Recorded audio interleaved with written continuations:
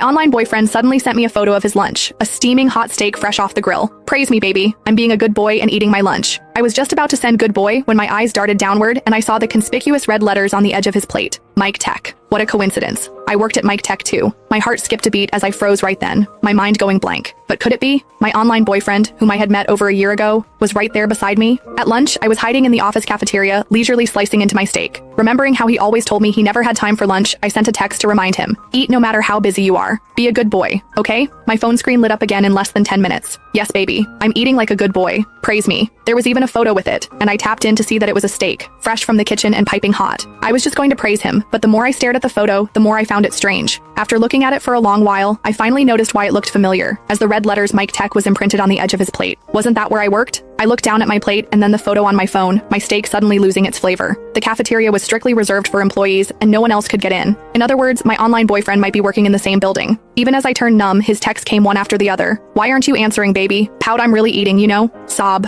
Was it something I said? Nervous, I had yet to recover from the shock as I was aware that he lived in the same city, but not that he worked in the same building too. Baby, where do you work? Baby, are you in Mike Tech right now? I kept drafting and deleting those messages repeatedly, having no idea how I should phrase my question. And if I asked, he'd definitely ask where I work. Wouldn't I be dead if he worked in Mike Tech too? What if he traced the clues and reached me? Just remembering the cute emojis and how I flirted with a male colleague made me embarrassed. Before I could think of anything, he sent more texts. Why are you ignoring me, baby? Are you having lunch with another man? What happened? You're scaring me. I had to salvage the situation and calmed myself as I replied, I was eating, so I didn't see the text. Good boy head pats. He was at once pleased. Heh, just had my fill. I'm going back to work. I breathed a long sigh and looked around the cafeteria. The other employees had mostly left. It was just other ladies and a white-haired geezer, and I didn't think there was any resemblance at all. Forcing myself to calm down again, I decided I had 3 begging questions. First of all, who was he? Second, was he reliable? Third, if we did meet in real life, should we keep dating or end it all? After all, it would be so awkward to meet him every day. Just looking back in our past year, I realized how fiercely we guarded our respective privacy. We had never sent photos of our faces or exchanged names and addresses, and the only clue I had was the pictures he sent of his abs after I insisted. But how would I identify him with that?